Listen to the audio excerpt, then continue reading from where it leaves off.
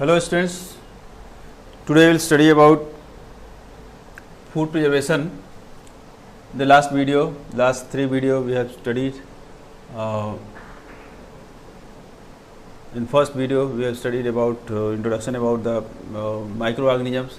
In second video we study about the useful microorganisms. In third video we study about the harmful microorganisms. Now we will study about the food preservation. Food preservation is the method of killing microbes and stopping them from growing again in food and keeping the food for later use, that is called food preservation.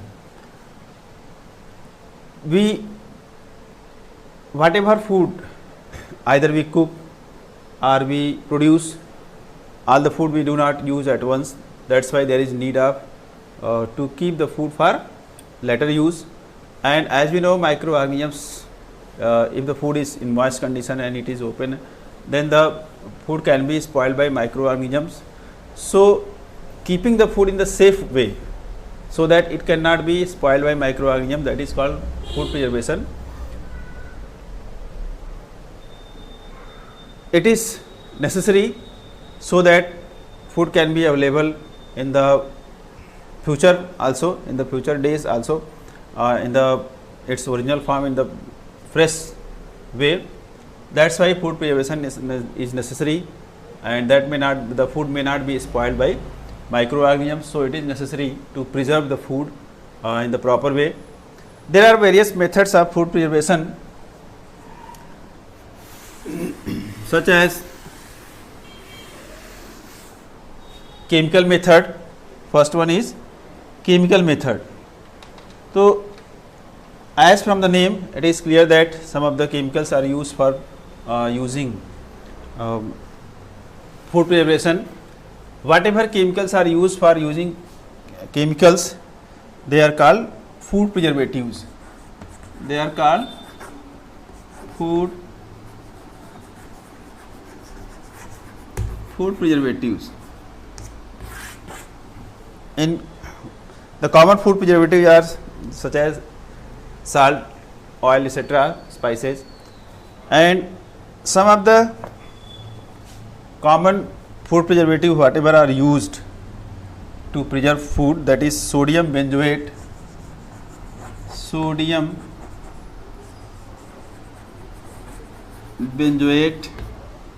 and potassium metabisulfite.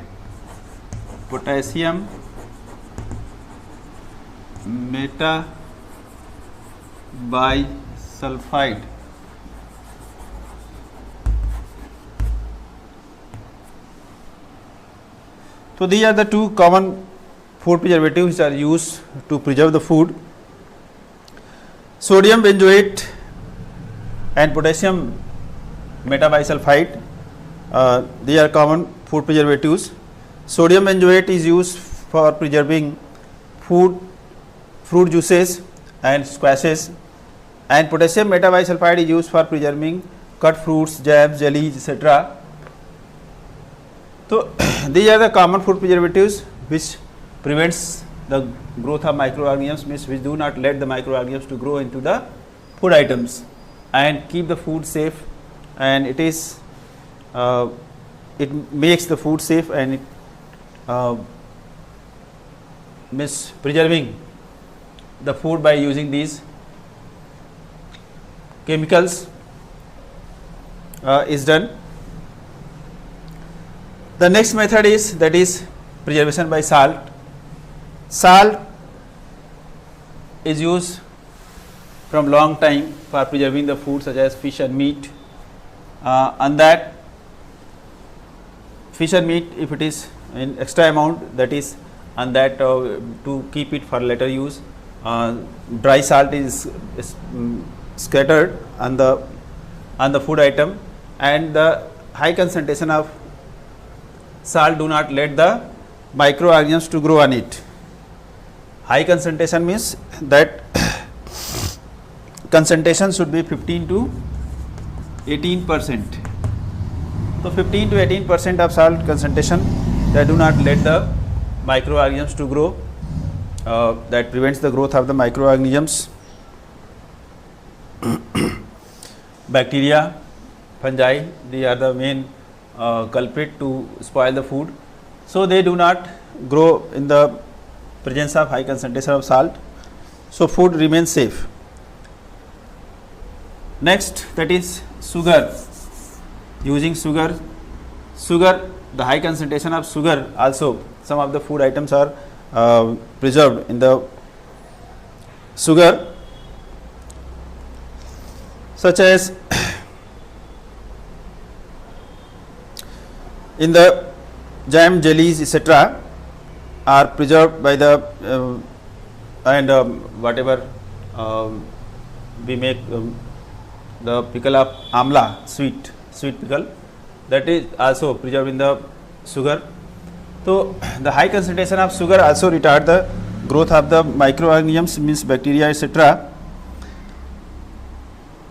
Approx more than 68%. If the percentage of concentration of sugar is more than 68%, so that retards the growth of bacteria and fungi that do not let them grow, and the food remains safe.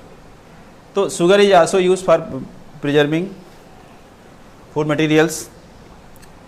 The next method is, that is preservation of by oil and vinegar.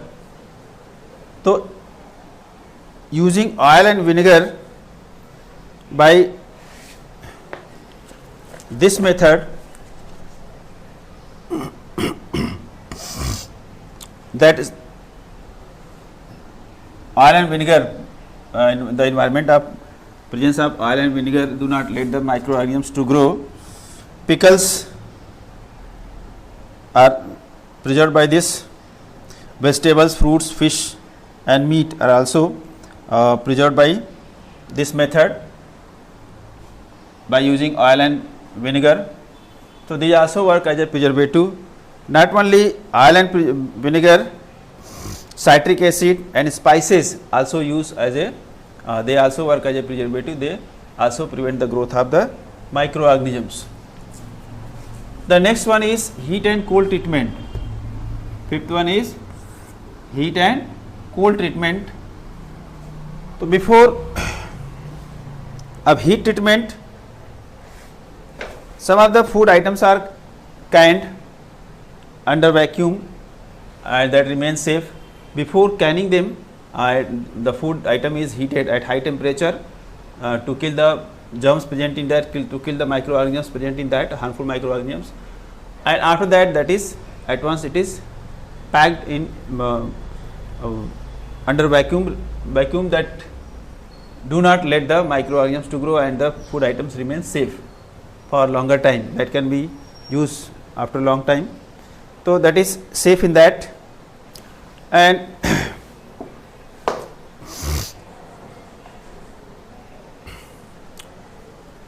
cold treatment, keeping, as we know, the for the growth of the microorganisms, means hot, humid condition is required. Hot and humid condition, and the material, means organic material, that is required for the growth of the microorganisms. So if any one will be removed, then the microorganisms will not grow. So in cooling, we lower the temperature, as we leftover food items we keep in the refrigerator at our home. So that is at that low temperature, microorganisms do not grow and the food remains safe. We cut off the one of the requirement of the microorganisms for their growth, that is temperature. So temperature lowered, in that low temperature they do not grow properly. Food are stored in the deep freezer also. Deep freezer is a cabinet that is in that temperature is lowered by the refrigeration method. And cold storage, some of the vegetables are kept in the cold storage. In the market, when you go to purchase potato, etc., you see that it is very fresh in off season also. So that comes from the cold storage, that was kept in the cold storage, and in the off season, when the potato season is not there, at that time also potato whatever is sold in the market, that is very fresh. So that comes from the cold storage. There, since temperature is low, so the microbes do not spoil, they do not means potatoes do not rot in the low temperature. So they are stored in the cold storage also. Cold storage are the large area, enclosed area, that may be a room, large room. So in that, temperature is lowered by refrigeration machines, large refrigeration machines. So in that cold temperature also food items are safe. So this is also a method of heat and cold method. One method, more method, that is called pasteurization. Pasteurization also belong to this heat and cold method.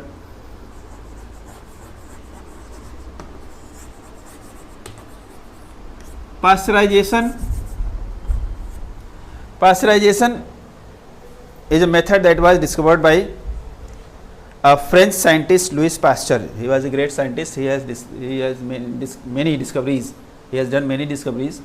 So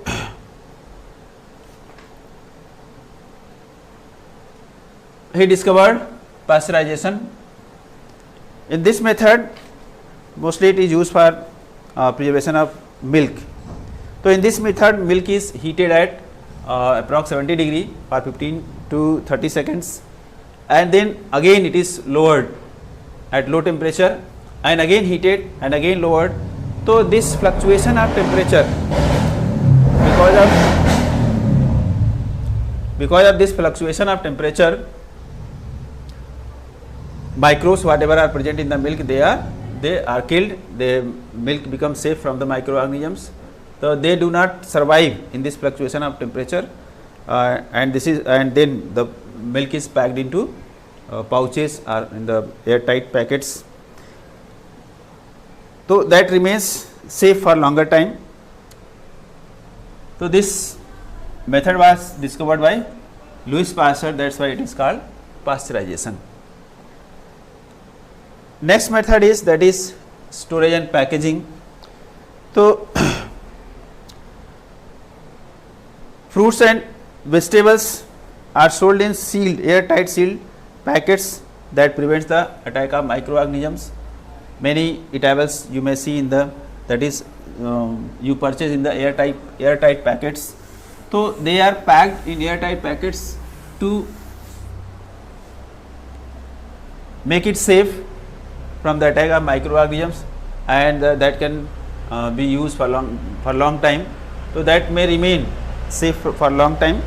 That's why they are packed. Some snacks like chips, etc., that comes in the pouches, airtight pouches. In that, nitrogen gas is filled. So that nitrogen gas do not let the microorganisms to grow on the eatables. So the eatables whatever are there, that is chips, etc., are safe, that do not spoiled by microorganisms.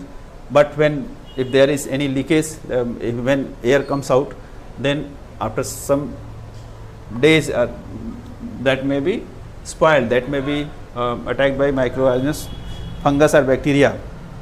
So this is how food is preserved, that is safe and that can be used for longer time.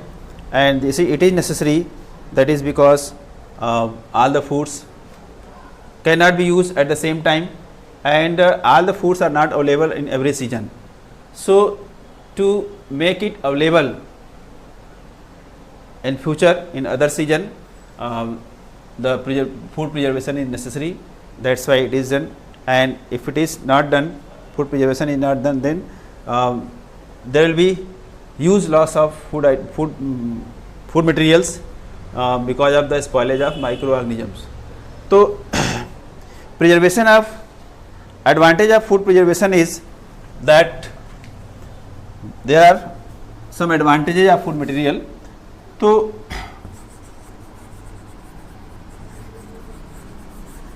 advantages, first one is, that is it decreases the food wastage.